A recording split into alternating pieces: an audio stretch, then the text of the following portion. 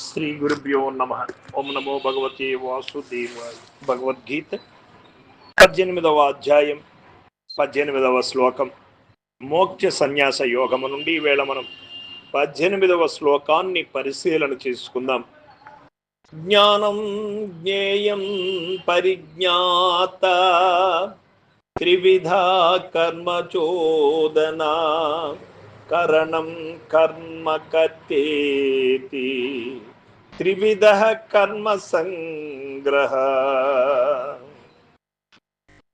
భగవానులు చెబుతూ ఉన్నారు, అర్జున, కర్మమునకు హేతువు తెలివి, అదే ఎరుక, అదే జ్ఞానము.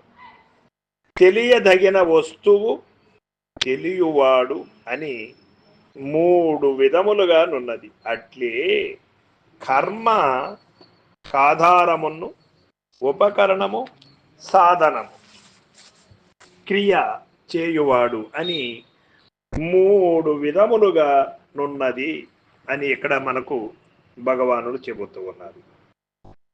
ఈ యొక్క కర్మమునకు హేతువు తెలివి.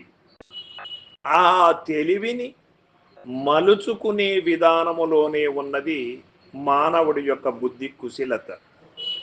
ఆ యొక్క తెలివిని మలుచుకునే విధానం అనడానికి ఒక ఉదాహరణ మనం చెప్పుకుందాం.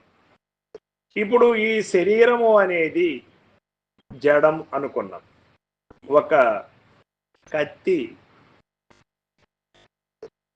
డాక్టర్ దగ్గర ఇచ్చినప్పుడు ఆ కత్తితో ప్రాణాన్ని కాపాడగలుగుతాడు.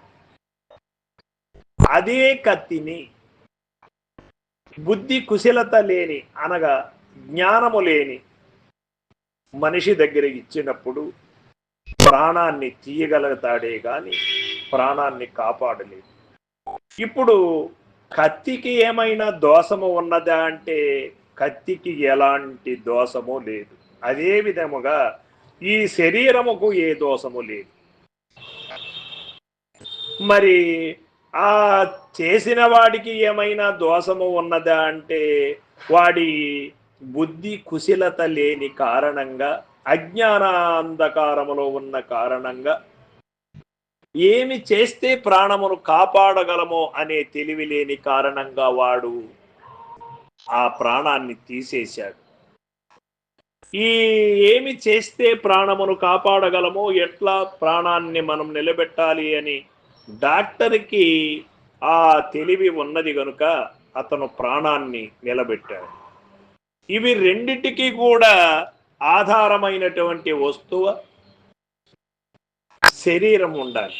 ఆ కత్తిలాగా ఆ శరీరాన్ని ఈ యొక్క బుద్ధి కుశలతతో వాడుకున్నటువంటి వాడు ఏ బంధముకు లోను కాడు, ఏ భావ ఆవేశములకు లోను కాడు. చేయదగిన పని చేస్తాడు, చేయకూడని పని చేయడు. ఇది నేర్పరితనం. గురుముఖత విచారించినటువంటి వారికి క్షుణ్ణంగా తెలియబడుతూ ఉంటుంది. ఇందులో ఏమీ అనుమానము లేదు. సర్వం సద్గురు పాదార్పణమస్తు. జై గురుదేవ.